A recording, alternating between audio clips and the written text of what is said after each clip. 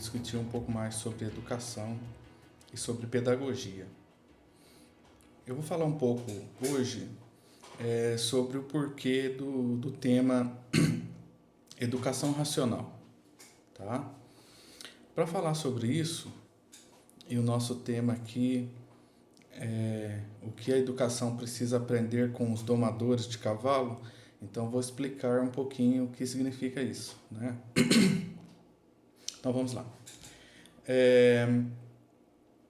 A doma de cavalos é um processo de adestramento do animal, né? Nós podemos dizer um processo de educação, em que você submete ao cavalo a um processo de educação também, para que ele possa aprender outras habilidades, novas habilidades, né? No caso, se render a humanos e permitir que pessoas o montem, né? O selem e o usem para trabalho, para força e tudo mais. Acontece que o cavalo não nasce domesticado dessa forma. Ele nasce rebelde, ele não tem esse instinto de subordinação trazido, né, como um instinto natural. Então é preciso que o cavalo, depois que ele chegue à idade adulta, comece um processo que é chamado de doma, né? Essa doma, tradicionalmente, por séculos, ela é feita através de muita violência, né? Você precisa submeter o cavalo a um processo de medo e de violência para que, a partir do medo, ele se renda então ao domador e passe a obedecer o domador condicionado pelo medo, né? Mais ou menos o que se faz com os cavalos, dando um exemplo rápido aqui, eles pegam instrumentos muito amedrontadores, né? Tipo um saco com areia pesado que é lançado e amarram o cavalo para ele não ter reação, né? E aquilo é lançado no lombo do cavalo, mas o cavalo sente um terror quando ele é submetido àquilo. Então começa um processo de submeter o animal a um medo angustiante. E o animal tenta se livrar daquilo desesperadamente, mas ele está amarrado pelo pescoço a um mourão, né? Então imagine que cercado, né, dentro de um círculo. Então imagine que prendam você dentro de uma sala e comecem a jogar em você, sei lá, uma cobra, alguma coisa que te provoque um medo angustiante. Essa doma do cavalo, esse processo de submissão a medo, né, e violência, dura 3, 4 semanas, pode ir até 6 semanas, dependendo do animal, né? E a intensidade da violência e do medo vão aumentando, né? Então, a princípio, o cavalo só é amarrado pelo pescoço, né, com uma rédea. Depois, eles amarram uma das pernas para diminuir a reação do animal, ele se sentir mais acuado. Depois, eles amarram outras pernas, né? E no final do processo, eles também chegam a amarrar o animal todinho para ele não ter reação nenhuma. Então, imagine você que é trancado dentro de uma sala e começam a te jogar algumas cobras. A princípio você ainda tem as mãos livres para correr, mas daqui a pouco começam a amarrar suas mãos, amarrar suas pernas, e até que eles te amarram no chão totalmente e começam a jogar as cobras. Mas nisso você já se debateu com cordas e tudo mais, no caso do cavalo, a espora. Ou seja, um processo horrível, né? Extremamente violento. Mas o que eu tenho a dizer aqui para vocês?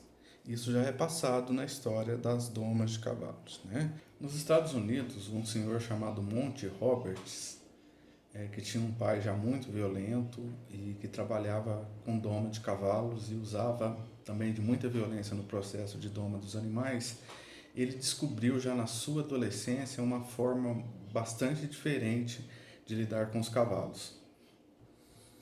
Curiosamente, foi observando os cavalos na natureza, observando os cavalos selvagens, que ele foi descobrindo coisas sobre os cavalos. Descobrindo que o cavalo, por ser um herbívoro e não é um predador, ele é um animal silencioso, tem uma comunicação silenciosa, né? Ele não é tipo um leão.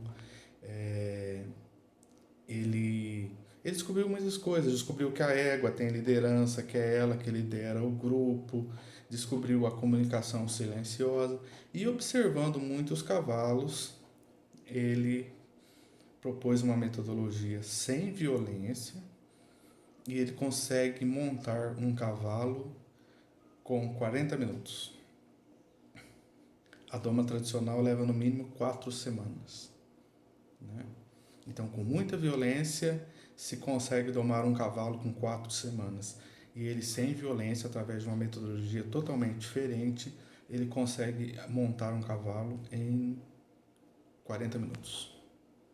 Tá? O que isso tem a ver com pedagogia? Tem tudo a ver, né? Porque Monty Roberts, ele trouxe ciência para o universo da doma de animais.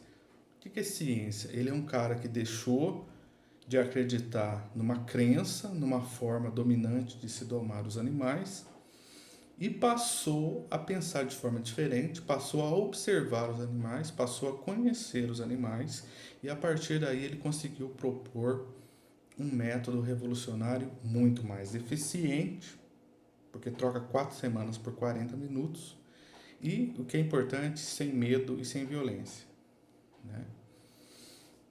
Isso a gente aplica às nossas escolas. O nosso método escolar também é fundamentado não em ciência, e sim em crenças, e uma crença de que você deve praticar o que eu chamo de conhecimento forçado, conhecimento imposto sob força, né?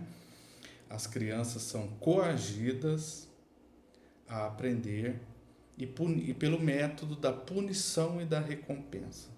É recompensado por notas e por, né, uma graduação que se vai ganhando e é punido pelas mesmas notas e pela reprovação também, né? Lembrando que a nossa escola tradicional também já admitiu muita violência, como a palmatória, até violência física já se usou por muito tempo dentro das nossas escolas, né? Da mesma forma que Monty Roberts revolucionou a doma de cavalo, trazendo ciência para a doma de cavalo, reduzindo a violência, aumentando a eficácia do processo, na educação nós já tivemos Maria Montessori, né, que por volta de 1920, entre as Primeira e Segunda Guerra, ela já descobriu, trabalhando num hospício para crianças abandonadas, com crianças deficientes mentais, ela já experimentou uma metodologia em que sem castigos, sem recompensas e sem castigos, sem punições, sem notas, baseadas na liberdade de escolha, vejam bem, baseado na liberdade de escolha, a criança ter o direito de escolher algo que é do seu interesse. Maria Montessori fez com que crianças de 3 anos internadas em hospícios e doentes mentais tivessem aprendizagem superior às crianças normais dos colégios. Então nós dizemos que assim como Albert Einstein descobriu a relatividade, assim como Freud descobriu o inconsciente, Monty Roberts, descobriu os cavalos, né? Montessori descobriu as crianças, né? Até então nós não tínhamos noção do que é uma criança, de como ela funciona quando ela está aprendendo. Ela publicou esse livro aqui, A Descoberta da Criança, que tem como subtítulo Pedagogia Científica. Ela diz que é uma forma de introduzir ciência no processo pedagógico, né? Mas, o mundo hoje tem 66 mil escolas Montessori espalhadas. Tá? É um número grande, né, que choca, mas pequeno perto do número de escolas que temos pelo mundo todo. Se você pegar aqui o Brasil, eu sei que Minas tem mais de... Não, já me esqueci o dado, depois eu lembro. Mas tem muitas escolas, né? E na doma de cavalo funcionou. Hoje a doma racional, não violenta, é muito praticada nos campos. Mas a metodologia educativa baseada em ciência, baseada em uma postura sem castigos e sem punições, baseadas na autonomia, descoberta por Montessori, praticamente é como se não existisse, né? Dentro das escolas, ninguém nem sequer, ninguém fala, ninguém conhece, né? E infelizmente os ricos que têm tudo de bom, eles têm a melhor roupa, eles têm a melhor comida, o melhor transporte, a melhor moradia, né? Eles têm também a melhor educação. Essa metodologia revolucionária hoje só é utilizada nas escolas dos ricos. Eles têm poder para isso. E por que a escola pública não poderia utilizar isso?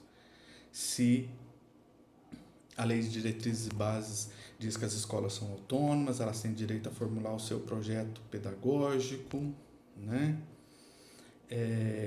Um dos princípios da educação é a liberdade de aprender. Um dos princípios da educação está lá no artigo 3 da LDB, é a pluralidade de ideias e de concepções pedagógicas. Então, se nós temos teorias pedagógicas, experiências pedagógicas tão ricas e tão profundas, por que essas experiências não são utilizadas dentro das escolas, né?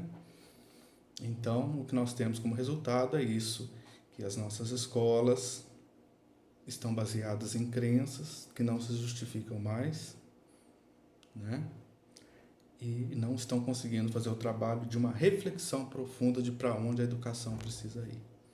Propostas revolucionárias nós já temos há mais de 100 anos, mas isso ainda não é colocado em prática.